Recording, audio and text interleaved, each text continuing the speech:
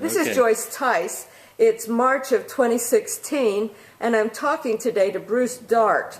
Today we're going to talk about the Youth Leaders Program in Mansfield, and Bruce has been part of that from the beginning. So first of all, Bruce, how and why did this program get started, and what is the program?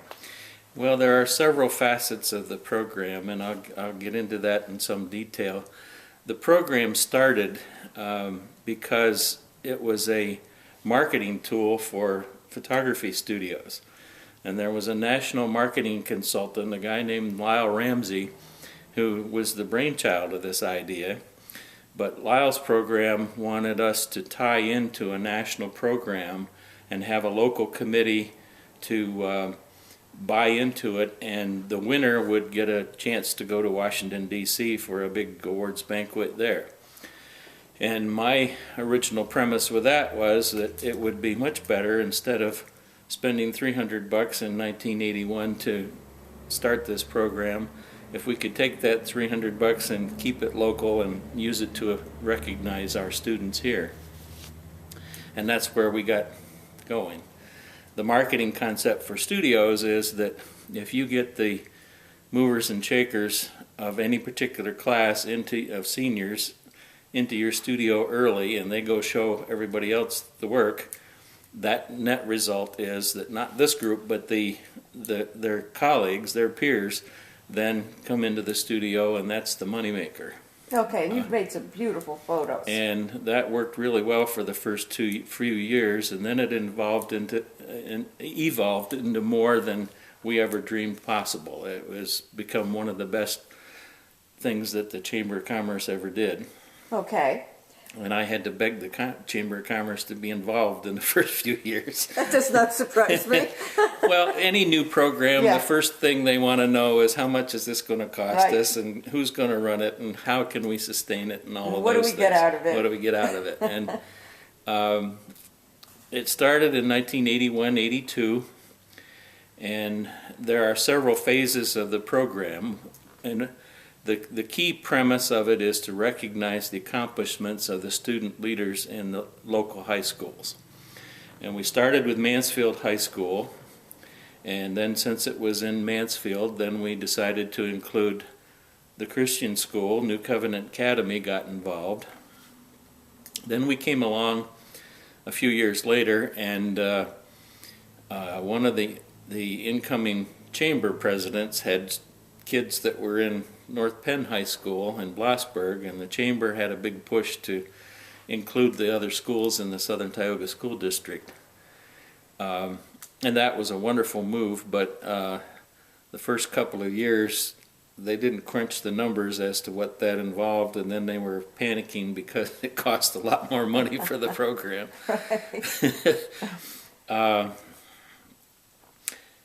I don't recall right offhand how many years it was only Mansfield High School, and then it was New Covenant added to that, and we got to where real quickly where we recognized students in both New Covenant and Mansfield. And then when the push came to include North Penn and Liberty schools, that happened to be the 1990-91 school year, and I was pleased and surprised that my oldest daughter was named to the program. How very nice. What is her? Is that Heather? Heather. Okay. And that was wonderful, and I'll tell you a wonderful story about that too in a minute. Okay. Heather, and of course, I had been part of the committee and the interviews and the selection process and all this other stuff, and I couldn't do that obviously with a daughter in the program. So conflict of interest. Other people took over that particular year. And we had a ton of people there. I think Senator Roger Madigan was our speaker, and we held the banquet that year up in the North Manzer Dining Hall up on campus. And Heather was selected Youth Leader of Tomorrow from Mansfield High School. Wow. I don't remember who all was on the chamber, but I think Arlene Welch was chamber president that year, and David Cummings was involved, and David was part of the program that night. My Now, son-in-law Tony Musingo Okay. was a youth leader from North Penn High School that year. And they met at the banquet. They met at the banquet. Tony sees this gorgeous blonde standing up there, and he says, "Hey, I want to know her." And he called her and asked her out, and they have 2 boys, and they've been married for almost 18 years now. Okay, wow, great. Well, what criteria do you use when you're selecting these youth leaders? What is a youth leader? Okay. How do they demonstrate leadership? And believe me, we wrestled with that concept for a number of years too. And there are key facets of the program. One is to pick the youth leaders, and we've let the local schools do that part of the selection process. And a couple of different schools do The it faculty? different ways. Mansfield faculty at one time had all the faculty nominate different people for youth leader, and they had to get so many votes out of the 32 faculty that they had in order to be included in the program, which I thought was a fair way to do that. Now they have various committees. At one point they even moved that to where the kids had to apply for this the same way they applied for a scholarship, and I don't know that I like that theory as well. But good or bad, we let the schools make those determinations. Mm-hmm. And then once the people come to the chamber, then there are several other facets of the program. Recognizing the students with a display of portraits. And honestly, that's how I get benefit of the program. Portraits, beautiful portraits. And when people see those, I mean, my inclination was that I wanted to show off my work, but when other students saw these, how it evolved to more than we ever dreamed. We had younger students aspire to be a youth leader. When I get to be a senior, I want to be part of this. This so Bruce is real. Can take my picture. Not just that, but the recognition sure, too. Sure. You know, their pictures were on display at the school. They were in the community, mm-hmm. and that's part of the recognition. I mean, if you're going to recognize these kids, you got to recognize them. Absolutely. And there are 3 phases of that. One was recognition by the chamber, and we have the display of portraits. We had recognition in local newspapers. And then the 3rd phase of that is that we had a separate awards banquet where we had a keynote speaker, and even that evolved.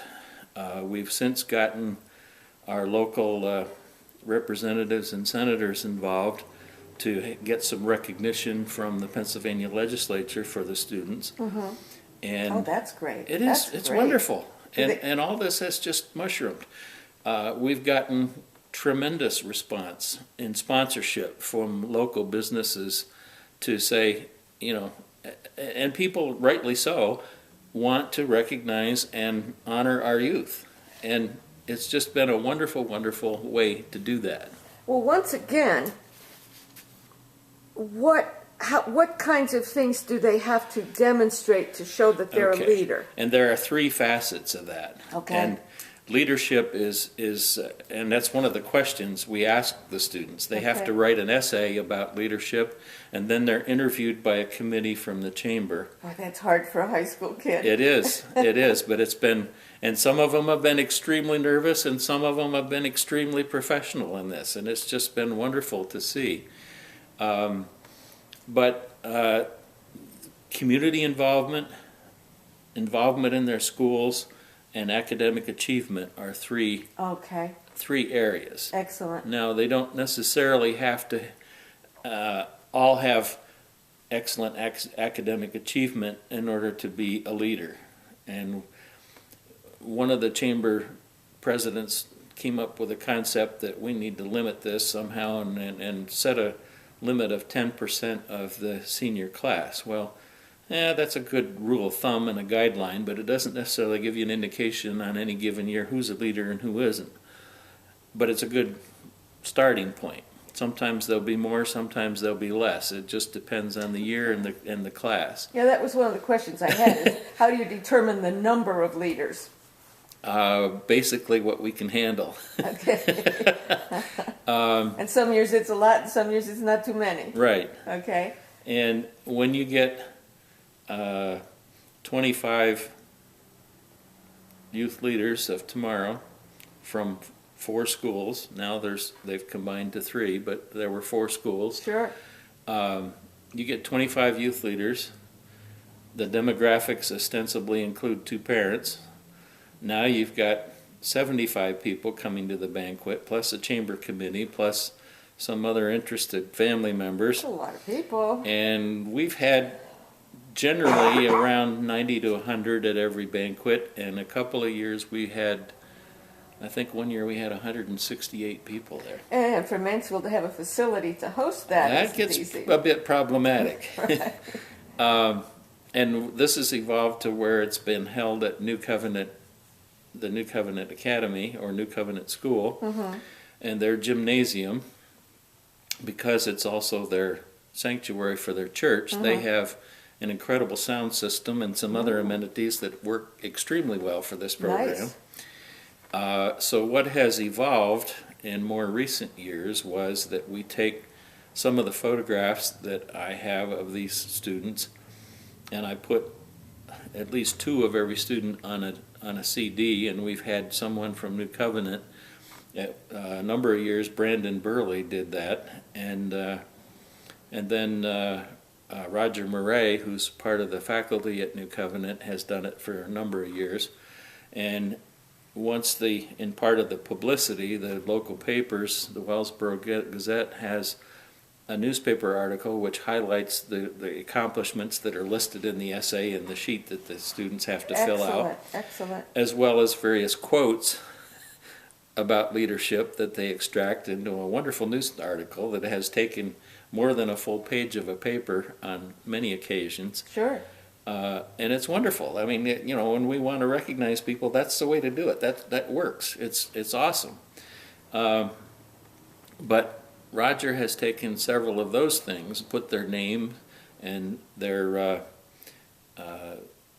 a quote or any number of things. One of the things that we ask them is, what are your future plans? I mean, you're going to school. What do you want to be when you grow up? And some of us still don't know. Exactly. And it's that kind of thing. And all that fits into a slideshow. And because they have the technology, that's projected on the screen behind the kids at the banquet. Oh, nice. And the guidance counselors from each school would introduce the students. And the first time Dick Palmer was guidance counselor at Mansfield and he suggested this, he said, we need to do this. And I said, well, isn't that a bit problematic because everybody already knows about all this stuff? He says, well, they all know about their own kids, but they don't know what all the other ones are doing. Sure. So when you tell the whole group collectively what all of them aspire to be and where they're going to school and all this, it's very, very impressive. Well, the whole thing sounds impressive. And I want to talk more with you about this another time in more detail. Right now we're going to have to wind down because this time has gone very fast. Well, it has, and I appreciate this, but after doing this for like 33 years, 34 years, you can't cover it all that quickly. No, you can't. No, you can't. We'll do a longer interview with more detail, but this is a very good start, and thank you so much for telling us about this program. It's my pleasure. It's a wonderful thing that it evolved into, more than we ever dreamed. Thanks, Bruce. You're welcome.